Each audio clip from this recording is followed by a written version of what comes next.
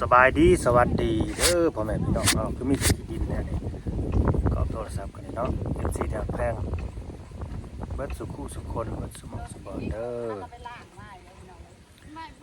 ยินดีต้อนรับเข้าสู่ช่อง YouTube บ่าวลาวพาเพิ่นเก่าคือเดิมพี่น้องเนาะเพิ่มเติมคือวันนี้ก็เข้ามา เป็นสะพานบุญในผู้รักผู้ใหญ่ใจดีใจบุญเหมือนคือเก่าเด้อเนาะเข้ามาพี่แหละอัปเดตก็เข้ามาติดตามเบิ่งสร้างเฮ็ดเฮือนนี่แหละสิเฮ็ดเฮือนให้วันเพิ่นนี่แหละเนาะวันตาบอดกับลูกนี่แหละวันนี้ก็สิมาเว้าเรื่องบ่อนสิยกเฮือนย่อเฮือนพี่น้องเอ้ยว่าสิยกในไสอยู่ในไสคือกะสิอยู่เทิงพี่เด้อพี่น้องเด้อคือสิอยู่เทิงพี่เฮือนนะเนาะสิอยู่เทิงพี่แหละบ่ได้ลงไปดอกพี่เพราะว่ามันลำบากเนี่ยได้บ่ลำบากห้องน้ำห้องในกับน้ำใส่น้ำอย่างเรานี่แหละเนาะมันอยู่ไ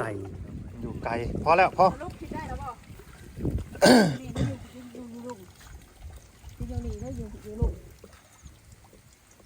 จังหวัดได้ไหมเนี่ย สบายดีดู สบายดี สบายดีไผ สบายดีปลาลุงสาว สบายดีป้าลุงคือเก่า มันยากอีกอย่างหนึง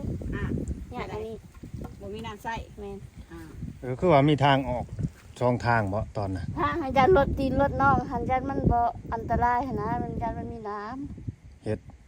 บ่นี่ทางเส้นกอกนี่ปิดเฮ็ดใหม่ซะบ่ ปิด เออ ำ ต่ออัด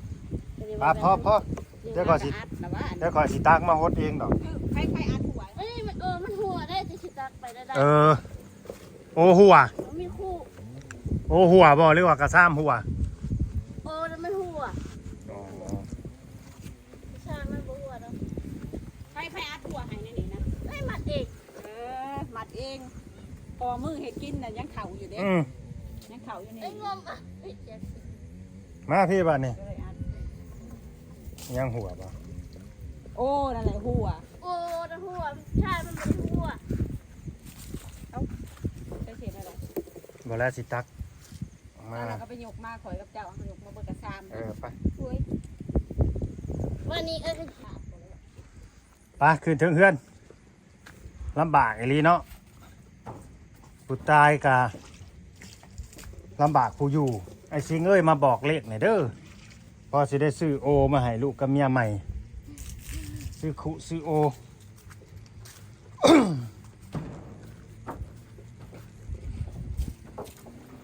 บ่ได้เปลี่ยนมุมเนาะลงมานั่งอยู่หลุมพี่เป็นได มีได้เปลี่ยน บ่มันน่ะนะ มันหาไม่ได้ดอก มันสีเอาพี่ย้ำเรามาพี่ย้ำมาพี่เออกินข้าวกันยังนี่ได้ยังนี่ โอ้ยเพิ่นมาโฉกมากินนี่เด้ ให้มาส่ง แกงป่า อ๋อลุงคำบ่ ลูกเคยเขาใส่มอง ลุงคำบ่มาส่งให้ ทั้งหญ้าทั้งหญ้าเลย หย่าบ่ หญ้า อืมหย่ามาส่ง แม่ ก็มาส่งกับข้าวให้เพื่อนน่ะ ข้าวเอ้ยถือออกมา ส่งแต่ของกิน ส่งของกิน จะดีแหละอันนี้มาส่งของกินให้คิดว่าค่อยสิเข้ามาบ่มื้อนี้ กินหิน คิดอยู่บ่ว่าค่อยสิมามื้อ กิ นี้ นหินเด้ พ่อเพชรเกิดว่าที่โทรหาพลมาอัดไอ้กระปูมาช่วง โอ้ให้เราเอาตะปูมาส่ง แม่หากระเช้าเดียวเหรอ ถ้าก็ได้เช้าเดียว แล้วไปแล้วน้ำพันอ่ะ จักคนน่ะเฮ็ดอยู่หั่นน่ะ ทั้งคินทั้งหมูเพชรเกิดวะ ทีมงานเขามาครบแล้วบ่ แม่ อืม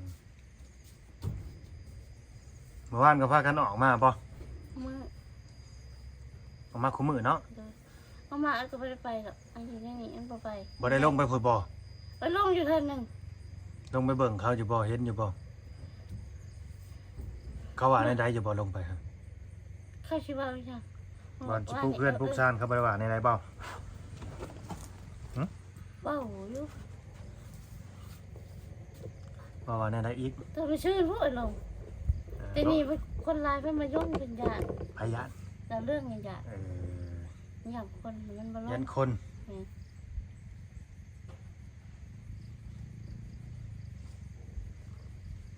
อยู่เดี๋ยวพอเกิดว่าสิตัวพลายกับพงมาชงว่าสิตั้งมื้อนี้ว่ะแต่เกิดว่า สิตั้งมื้อนี้ ตั้งเช้าค่ะ อ้าย ห้ามแล้วพอแก้เว้าค่ะสมมุ แม่ ติ นบ่สิตั้ง สมมุติ มื้อ เรา นี้ เว้านะเราเว้าตามเราเว้าซื่อ ตั้งบ่ได้ดอกเขายังปาดเสาบ่แล้วอยู่อันเด้ คือ เขา ว่า ยัง น้ำมันบ่ เขาปาดเสาได้ คือว่าน้ำมันบ่พอบ่ น้ำมันบ่พออีก น้ำมันเบิดกว่า เออมันก็เบิดอีก มันเบิดทั่วเบิดเบิดลายเด้อน้ำมัน อืม นี่ลงเคียงควายแล้วเลี้ยงควายอยู่ ใส่ กุ้งค เลี้ยงอยู่ ำ ใส่ พุ่นทางหลังเนาะกุ้งอยู่ เออมันมีบ่อเลี้ยงบ่เขาจะไปเลี้ยงทางนั้น มีทางเดน เป็นไหหน้าบ่หรือว่า ป่าทั้งนี้ เป็นป่า มันป่าทั้งนี้แหละมันเป็นแดนเบิด เป็นป่าบ่ แมนเป็นป่าแต่มันมีให้หน้าคนด้วยเหรอกะให้หน้าเลือกคนกระเจ้าให้หน้ากระเจ้า อืม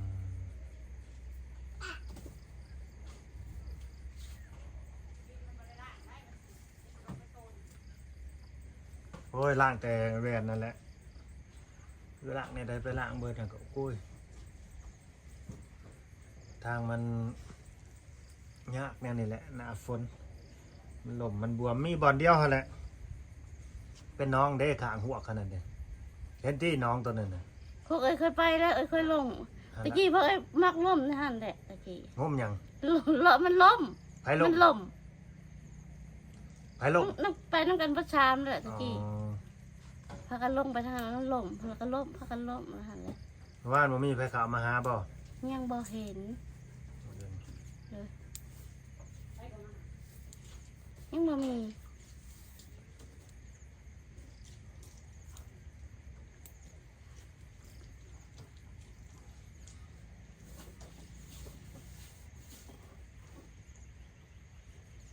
ยังบ่มี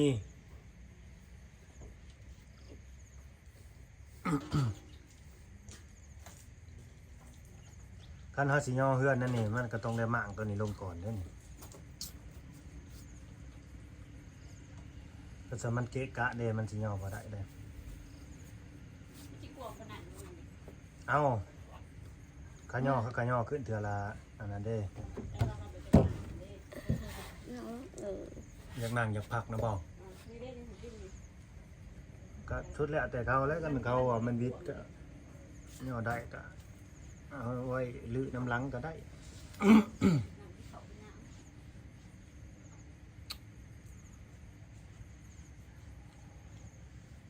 หรือ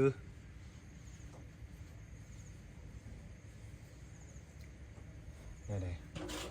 อยู่ประชงคนกับมมวนมาเพื่อเด้อปุ้ยนั่นได้ปะ บ่ม่วน อืม เห็นได้บาทนี่ จักเออ สิไปอยู่ใช่ซะเดี๋ยวเขาไปอยู่ในบ้านบ่ อยู่ในบ้านก็ มีบ่อนอยู่บ่กันอยู่ในบ้าน บอกบ่มี บ่ได้มีดินมีดอนเนาะ บ่มีมีแต่ดินเพื่อนป่าหลังเดียวดินนั่นแหละ เขาจะให้ไปอยู่บ่ล่ะนะฮะ ลูกเขาบอกว่าลูกเคยกะ อ่า จะกับคนละชองกะ อยู่สองคนก็บ่ม่วน หมู่มันบ่มีหมู่อีกคนหนึ่ง บ่แม่นอยากได้หมู่อีกคนหนึ่งบ่จักนี่ เออ ก็สิเป็นหยังจะอยู่นี่ก็เวลากลางเว้นก็ให้เด้ไปเล่นอยู่ในเถียงเขาหั่นเด้เถียงกับแล้วแฮกเลอะหั่นแหละ เราไหวเรื่อง เพื่อนก็หลอกไว้ เดี๋ยวนี้ครับเป็นงัวแล้ว คันว่าสิลงไปเล่นนั่นนี่บัดบ่มีผู้ใหญ่เนาะมีแต่ผัวเมียเขานั่นล่ะว่ะ โดย ก็อยู่ก็ดี พ่อแม่กับลูกสองคน กับลูกเขาเบิดเท่านั้น ปู่ย่าเขาก็อยู่บ้านพุ่น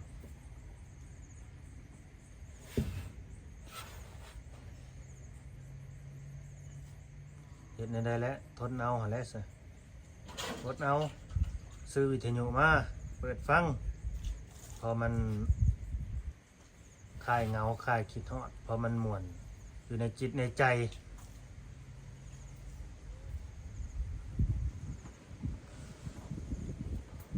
เอาคักแน่ได้ความเข้าพันในหยกเพื่อนขึ้นเปลี่ยนมาได้ เปลี่ยนไปใช่อีก มาแล้วคันว่าหยกอยู่นี่คันว่าหยกอยู่นี่แปลว่าอยากลงไปอยู่หัน น้องว่าเพิ่นอยากจะดีประมาณ หยกอยู่หันมันจะขึ้นมาอยู่นี่บ่ได้ได้คันอยู่นี่คืออยู่นี่อยู่นี่มันก็สะดวกสบายเจ้าแล้วเรื่องน้ำเรื่องในห้องน้ำนะ ก็แม่นอยู่ว่าเราเพิ่นจะ คันอยู่พุ่นบัดบ่มีน้ำใส่ห้องน้ำได้บัดนี่ แม่น คันมีผู้ซอยจอน้ำหรือว่าเฮ็ดห้องน้ำให้ใหม่ใครล่ะเพราะอันนี้ห้องน้ำเฮาก็มีแล้วมีแต่ว่าซ่อมแซมเอาซื่อๆห้องน้ำก็ดีน้ำประจักมันสิเจาะได้มันสิใส่ได้หรือบ่อยู่ลูกเป็นน้ำเค็มน้ำหยังอีกแต่ว่าใส่บ่ได้เฮ็ดแนวใดซะ หมดทั้งพุ่นน่ะเข้มได้ป่ะไอ้ทางผู้เข้มจ้ะ อันนั้นแล้วอย่าไปเจาะมันหนุ่มยังใส่บ่ได้ แม่นเข้มอยู่แล้ว มันเข้มภายในลำบากเจ้าบ่เห็นหูอันนี้มันหูแล้วมันใส่ได้ อยู่พี่มันก็บ่เป็นตาย่านดอกบ่ได้มีหยังดอกก็มันก็สิเงียบเหงาแน่แต่ว่ากลางคืนนั่นแหละ ตังเว้นคนเดียวเนาะเป็นผ่านมันก็ระยะนะ กลางเว้นกับลูกหลานคนแถวนี่แหละมีแต่ญาติพี่น้องทั้งผัวเจ้าของนั่นแหละเที่ยวไปเที่ยวมาอยู่นี่ที่นี่ไผแม่นล่ะวะ แม่นอยู่ คนอื่นเขาบัดสิเข้ามาพี่ชังเนี่ยนี่เขาบ่ได้ฮู้ซ้ำทางออกทางเข้าก็ดี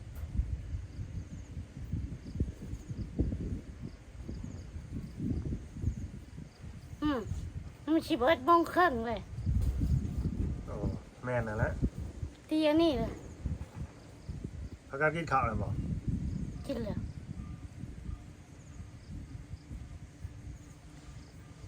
มันมีข่ายทหารสีกาไปเรียก ปลากระป๋องน่ะกินเบิดแล้วบ่ ยัง ได้กินอยู่แต่ละมื้อน่ะ ได้ยินอยู่ ให้ลูกกินอยู่บ่ แม่น มาม่าเลยต้มกินบ่มาม่า แม่น ให้ลูกให้หลานกินน้ำอยู่ที่ FC เบิ่งว่าคิดว่าเป็นผู้ชายตลอดว่าซั่น เดี๋ยวเรื่องนี้ พอเอาหูไปให้ยายน่ะเบิ่งในตลาดน่ะก็บอกผู้ชาย ก็ปันการกินนี่แหละกับลูกกับหลานก็ได้ คอยจะแบ่งกันแล้วเนาะอยู่น้ำเพิ่นเว้า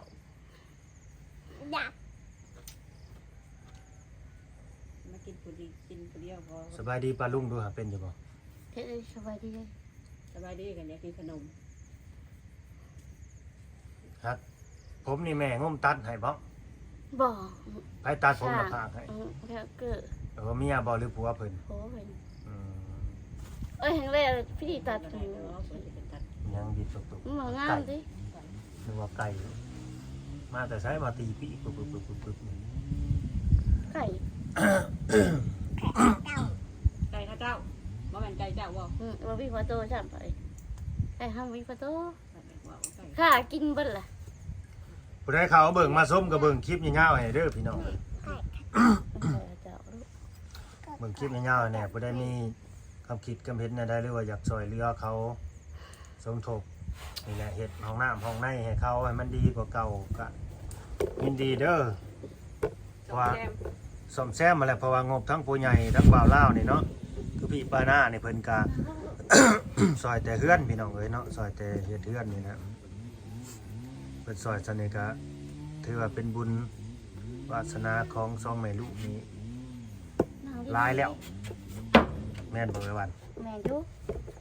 ใส่เสื้อเท่านั้นได้มื้อนี้เนาะใส่เสื้อเก่าได้นี่ ไป มามื้อนี้ก็ตายตัวนี้ จังมื้อใส่เสื้อน่ะจังเปลี่ยนเทื่อหนึง เจ้ามีช่องชั้นโตนี่ เสื้อมี 2-3 ตัว นี่ล่ะแล้วก็ชักเบิดมันบ่แห้ง ตัวนี้ใส่จักมื้อแหละ นี่ล่ะ ตัวนี้ได้นี่ นี่ ค่อยว่า เบิดมื้อนี่ ค่อยว่าเสื้อผ้าเจ้าน่ะมีหลายอยู่แต่ว่าเจ้าน่ะสิเก็บไว้ยัดใส่กระสอบเปล่าๆไว้แล้วสิไปค้นหาบ่เห็นบัด ถ้าแม่นอยู่ ก็บ่อยากค้นออกมาอีกเนี่ยมัน มื้อน่ะเด้มื้อสิพาไปหาหมอน่ะก็ยังเห็นหญ้าเจ้านี่ดึงกระสอบมา แบบเพิ่นสิจกเสื้อผ้าออกมาให้นะเสื้อผ้านี่สิบ่ได้พับนะพี่น้องคือสิยัดกลับไปเลยนะเบิ่งบ่ได้พับให้เป็นระเบียบนะยัดกลับไปเลยยัดใส่แล้ว คือเสื้อผ้าลูกนี่ก็หลาย หลายเพราะว่าเฮาก็เคยเอามาให้อยู่ เขาซื้อมาล่าสุดนี่ก็หาสุด แต่ว่าเขาใส่แล้วมันก็คือว่าแหละเขาตาบ่ดีเขาตาบ่ดีแม่ตาบ่ดีแล้วมันก็ มันถิ่มเป็นเส้นกันแล้ว อือ บ่เห็น เมียนเก็บเมียนก็บ่เป็นระบบระเบียบนั่นนี่ ฮุบลงไปแล้วท่านวิธีทานมันเลยแล้วมันบอก แล้วเอาไปให้เสื้อผ้าผัวนี่ก็เอาไปเบิดเลยที่ ไปเรื่อยๆเลย บ่ได้เหลือได้เนาะก็เหลือก็สิเหลือแต่ของเจ้ากับลูกเนาะ แม่ ก็สิประมาณนั้น ไปเรื่อยๆจังดีไปเว้ยผ้าก็ให้ซ้ำพื้น แต่บ่ฮู้ว่าของใส่เขานี่มันมีหยังแน่ สงสัยนะ นี่แหละพวกหม้อแฮกเตะกระโปะถ้วยบวงกวางจองนี่แหละที่ว่ามันเหลือหั่นนะมันมีสังใด ถามแล้วหมอมีจักหน่วย หมอนั้นมีในหน้านี่กันนี้เพิ่นคออยู่วัด ทั้งนั้นทั้งใส่ข้าวทั้งใส่น้ำนี่มีอยู่บ่ ก็มี มีกระหังเขียว ทั้งเขียวเนาะ เดี๋ยว ทั้งดำใหญ่มีอยู่บ่ทั้งตัวนี้มันแตกแล้วบ่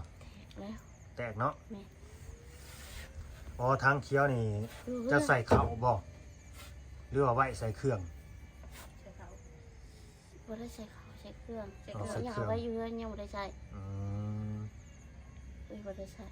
บัดเทื่อแล้วเนี่ยออกมาเบิดเลยได้ แม่นั่นแหละบ่ได้ชิปะได้ แม่นอิหยังของเจ้าแล้วออกมาเบิ่งว่ามันมีหยังแน่หั่นนะให้ผู้ใหญ่เพิ่นได้เบิ่งนํกัน โดยก็แม่นอยู่ว่า เพิ่นได้ฮู้ได้เห็นว่ามีหยังแหน่มันขาดหยังแหน่หั่น โด น่ะ ยใช้จะเห็นไงมันป่าจะได้มันจะมีหยังบอก มาแล้วมาเปลี่ยนข้าวก็คนซื้อยังมาให้ หรือบ่ได้มีบ่ได้มี มาหาซองหาในกระเป๋าอีก อืม ขึ้นขาด อยากบอกอยากนะ บอกว่า อ เรื่ ยา อก ง กินนะอยากกินนะว้าวอันมาว่าบ่ได้กินว้าวแม่น่าเริ่ม ปู่พรออกมาบ่มื้อนี้ มากัน มาเนาะ มาพัวกันมา ต้องสงสัยเมียนเอามาเลี้ยงงัวบ่ แม่ เพราะว่าลูกเคยเฮ็ดเวียก แม่ อ่า เอิ้นเน้นเที่ยงเนี่ยเขาเจ้าก็อยู่กันสองผัวเมียที่บ้าน เที่ยงมีเที่ยงมันมีช่องลังที่เที่ เอย ง ผู้ สาม ผู้ปาดไม้นะกับเมียแล้วกับลูก แม่ แล้วก็ลุงอันไหนได้ลุงคำผู้หนึง เออ บ้านนี้นะเรามาอยู่เด้บ้านแม่นบ่แม่วัน โดยบรรลุก็6 คนอยู่บ้านค่ะ อยู่บ้านก็6คนผู้ 6 คนผู้หญิงเด้ผู้ชายผู้เดียวไปฮะไปเฮ็ดเวียกชาลเดอร์ ลูกปู่มอนจังน่ะบ่ แม่น 6คนผู้ 6 คน ใหญ่เบิดเลยบ่ ใหญ่ไปแล้วอีพลอีลมเด้ เป็นบ่าวเป็นสาวไปแล้ว พี่ชายไปเลยเอาลูกเคยแหละเพิ่นหนึ่งดิ เขาหั มาแล้ว เขาหักบ่ได้ออกมาในนี้เนาะ เอาไปเอามา อืม เดี๋ยวนั้นเดี๋ยวเขาบอกมาเนาะเด็กน้อยอันเขาใหญ่ แสดงว่าหมอที่เฮาทามื้อน่ะก็สิแม่นลูกชายแล้วก็รถทามื้อน่ะว่าในไสเฮือนนั่นที่ว่าอันนี้แหละสิเฮ็ดบุญนั่นแหละบ่ลืมเด้ว่าเราก็ลืมเพราะว่าบ่ได้เข้ามาหลายปีได้ลืมว่ามันอยู่วางได้นะเข้ามาแต่ที่แรกก็ตั้งแต่เพิ่นอยู่กรรมอยู่ไผลูกสาวเพิ่นนี่ จะ3 ปี อืม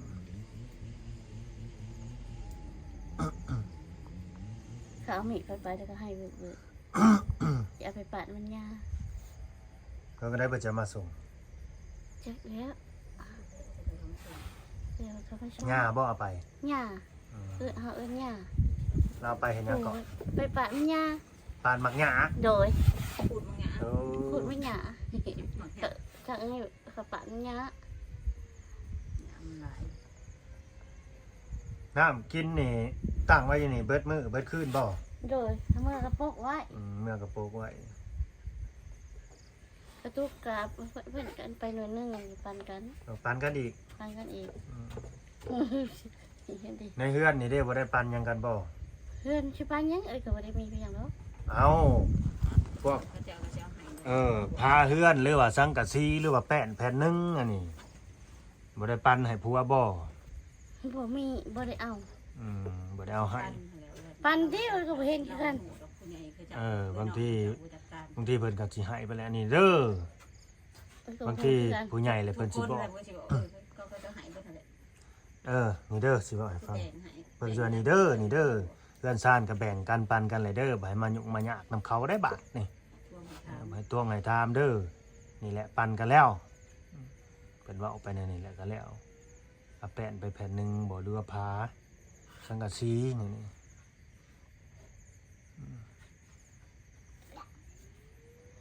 มันเห็นอยู่ได้หาโต๊ะด้วยกันนี่เพิ่น เห็นในไส เฮ้ยยังก็บก เห็นเฮิงอะไรอีก มานะมือที่เฮิงเลยแหละมันเห็นนะ จะพูดเลย อืม เพิ่นว่าเอ๊ะ แต่ไม่ชื่นผมมันเห็นค่ะคนนั้นก็กบกอยู่คิดหน้าแพ็กลือนะคือแล้วแหละ โอเค สิได้จบคลิปไปซ้ำนี่แหละพี่น้องเอ้ยเนาะมื้อนี้สิได้ฮู้กันมื้อนี้คือสิให้ตัดสิได้อยู่ไสสิได้ฮู้กัน นี่ปะมันจะได้อยู่ทาง มันบ่ได้มีอย่าง มื้อนี้ตัดสินใจเด็ดขาดเลยได้มื้อนี้เด้อ เลย คืออยู่นี้ได แต่กับน้องได้ก็บริบาลจ้ะ สิให้มาปลุกอยู่นี้ ยับไปไกล ยับไปใกล้ห้องน้ำกับกอกน้ำนี่ตั้งอยู่ข้างหน้านี่นะนี่เพื่อนนี่ บริบาลอย่างนี้ เพราะว่าถ้าเฮาอยู่นี้ บางทีอาจจะมีผู้รักผู้ใหญ่เพิ่นซอยซ่อมแซมห้องน้ำให้เฮามันดีกว่านี้นั่นน่ะเด้อ โดยบริบาลอย่างนี้ อ่า คือไปเที่ยงน้องหรอกไม่เฮ็ดก็เฮ็ดบ่มีดอกเรื่อง ขอบคุณผู้รักผู้ใหญ่เพิ่น ขอบคุณผู้รักผู้ใหญ่ใจดี พี่ปานาจันทร์ประโคน พี่ปานาจันทร์ประโคน ปานาจันทร์ประโคน ว่าเอาไปบาดนี้ ได้ปะ ให้เพิ่นเป็นหยัง อย่าให้ไปเจ็บอย่าให้เป็นอย่าให้ความเจ็บอย่าไข้ความไข้อย่าให้มี เอากลับไป เพิ่มกลับไป เต็มคาราเบล ไปบ่เป็นบาทนี่ จะตามนั่น เอาสบายดี สบายดี ว่าเอาไปต่อบ่เป็นพี่น้องไป บ่มีดอก เดี๋ยวสิบอกเพิ่นซ้อนเพิ่นใหม่ก่อนเมื่อวันนี้เรื่องขอบบุญขอบคุณผู้หลักผู้ใหญ่ใจะดีใจะบุญนี่ก็มีคอมเมนต์หนึ่งว่าเฮ็ดเฮือนแล้วอย่าให้เพิ่นคายเด้อบ่าวลาวเจ้าก็คิดสิคายเฮือนอยู่บ่ ว้ายเฮ็ดดอกบ่บอกหนู อันนี้ก็ ตายไปใช้ตาเราก็ บางที FC คนน่ะขนาดสิบ่ฮู้นะ ขนาดสิ ขา บ่ ย ฮู้ ไปอยู่ใช้เป็นยังจะดีเฮ็ดให้เราไปขาย เขาน่าสิบ่ฮู้เพราะว่าบ่าวลาวนี่สิเฮ็ดเฮือนน่ะผู้ใดและคนที่สิอยู่นี่ เขาเป็นคนแบบใดคนแข็งแรงปกติบ่หรือว่าจังใดเนาะ โดย เพิ่นบ่ฮู้หั่นแหละตามนั่นแหละ ขอบคุณ FC ผู้ใดเข้ามาเบิ่งมาชมตั้งแต่ต้นจนจบคลิปคอมเมนต์ให้กำลังใจผมดูพี่น้องเนาะไว้รุ่นมื้อนี้สิถ่ายอยู่ประมาณ 7-8 คลิปผู้ใดมื้อนี้สิถ่ายเจ้าหั่นแหละลบไปลบมาอยู่นี่นะมันได้ 7-8 คลิป นั่งร้องไห้ สบายดีปะลุงดูฮะ สวัสดีอยู่สวัสดี ลุงจะเอาขนมให้กินนี่สบายดีปะลุงดูว้าวดู สวัสดี